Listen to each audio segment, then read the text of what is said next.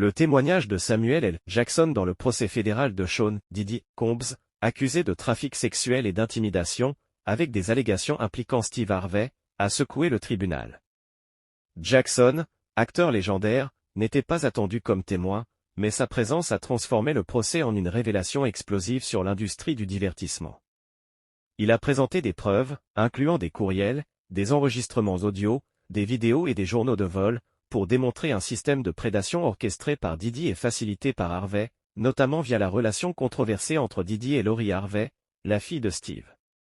Témoignage initial, les archives de Jackson. Jackson a expliqué pourquoi il possédait ces preuves. Il a juré, à la naissance de sa fille Zoé, de la protéger des prédateurs d'Hollywood.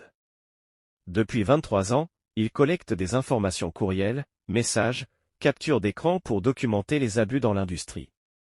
En 2018, un assistant sur le tournage de Shaft lui a remis une clé USB contenant un enregistrement de Steve Harvey conseillant à Lori de considérer un magnate comme un conseil d'administration plutôt qu'un petit ami. Un autre fichier, provenant d'un ingénieur de Bad Boy Entertainment, montrait Diddy dictant les tenues publiques de Lori tout en se moquant de Harvey. Jackson a commencé à organiser ces éléments par date, croisant les informations avec des journaux de vol pour établir un contexte en cas d'escalade violente. Il a produit des pièces à conviction, un modèle de contrat de non-divulgation, NDA, envoyé par Harvey à Diddy, intitulé « Partenariat de style de vie », et un mémo vocal où Diddy appelle Lori un « frais de retenue de loge ».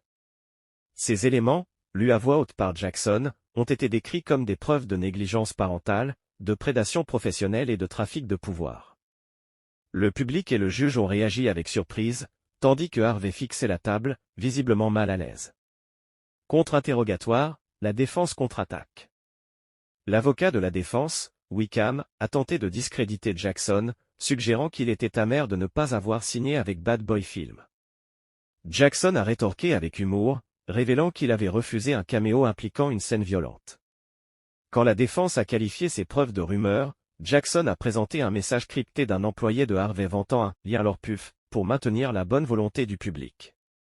Le tribunal est resté silencieux, l'impact des preuves étant indéniable.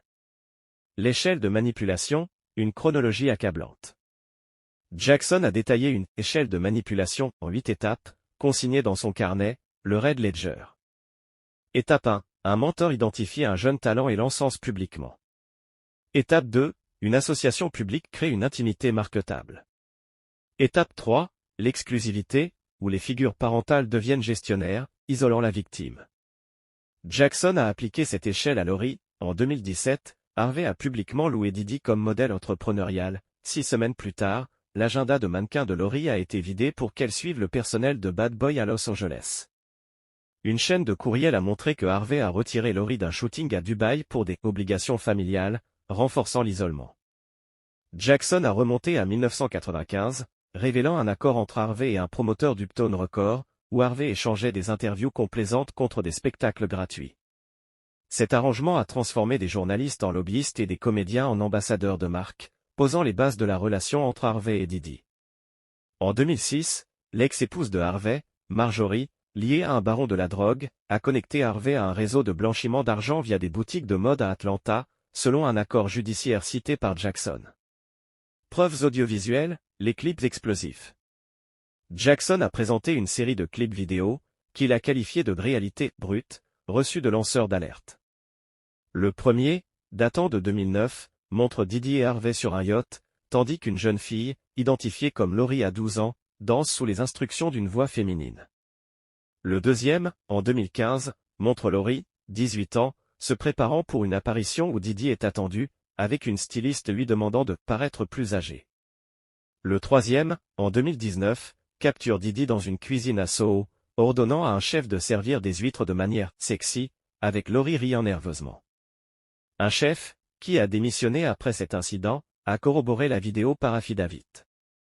Le quatrième clip montre Harvey, lors d'une répétition Zoom en 2021, plaisantant sur l'équivalence entre les dons d'église et un contrat avec Diddy, révélant un virement à la LLC de Lori. Ces clips, authentifiés par des experts en métadonnées, ont choqué le jury, révélant une complicité apparente de Harvey dans l'exploitation de sa fille. Journaux de vol, une piste accablante. Jackson a introduit des manifestes de vol de Vista Aviation, couvrant 13 ans, montrant que les prétendues vacances de célébrités étaient en réalité des déplacements coordonnés. En 2010, un vol pour Nassau transportait Didi, Marjorie et Laurie, 17 ans. En 2012, la fondation de Harvey a payé pour un vol vers Anguilla, utilisant le même jet que Didi. En 2014, Laurie voyageait avec des employés de Bad Boy. Ces vols, croisés avec les horaires publics de Harvey et les dates de tournée de Didi, suggéraient un pipeline de trafic, selon Jackson. Des données de tours cellulaires ont montré Harvey à Anguilla pendant une prétendue émission radio à Atlanta, révélant des segments préenregistrés pour masquer ses déplacements. La vidéo de Martha S. Vineyard, une bombe visuelle. Un clip de 2018, filmé par une caméra de sécurité à Martha S. Vineyard, montre Didi et Harvey près d'une piscine, avec Didi demandant un sac Louis Vuitton et Harvey riant. Une phrase, « rince-la et en voilà au maquillage », fait écho au rituel décrit par d'autres victimes. La vidéo, authentifiée, a été renforcée par des métadonnées téléphoniques plaçant Harvey sur place et un paiement Venmo pour la location prolongée de la propriété. Un texto de Laurie, envoyé le lendemain, exprimait son sentiment d'être traité comme une propriété, renforçant l'accusation de trafic par persuasion. Le motif financier, la clause Winant. Jackson a révélé une clause dans un contrat de 2017 entre Harvey et Endeavor Content, liant les projets de Harvey à des financements de Didi. Un docu-série gospel a été financé par Bad Boy Venture, mais seulement après un retitrage aligné sur la marque de Kanye West, illustrant l'influence de Didi. Des courriels d'un manager de Harvey insistaient sur le maintien de « bonnes relations » avec Didi, décrivant la « compagnie de Laurie » comme un symbole stabilisant. Un ancien chef de maison de Harvey a témoigné que Marjorie avait ordonné à Laurie de porter une tenue spécifique pour plaire à des invités, suivant les instructions de Didi. Contre-interrogatoire final, la défense vacille. L'avocat de Didi, Brian Steele, a tenté de discréditer Jackson, l'accusant de jouer un rôle théâtral. Jackson a répondu que le tribunal n'offrait pas de reprise. Steele a présenté des photos de Jackson et Didi ensemble, mais Jackson a distingué civilité et complicité. Une tentative de présenter un courriel de Harvey remerciant Jackson a été contrée par ce dernier, qui a souligné que Harvey avait ignoré ses conseils sur la protection parentale. La cassette DAT, une preuve du passé. Une cassette DAT de 2003, enregistrée par Jackson dans un club après-midi, capture Didi plaisantant sur la présence d'adolescents, identifiant l'un comme Justin Combs. Jackson a expliqué qu'il portait un enregistreur pour documenter les excès, anticipant un besoin de preuves.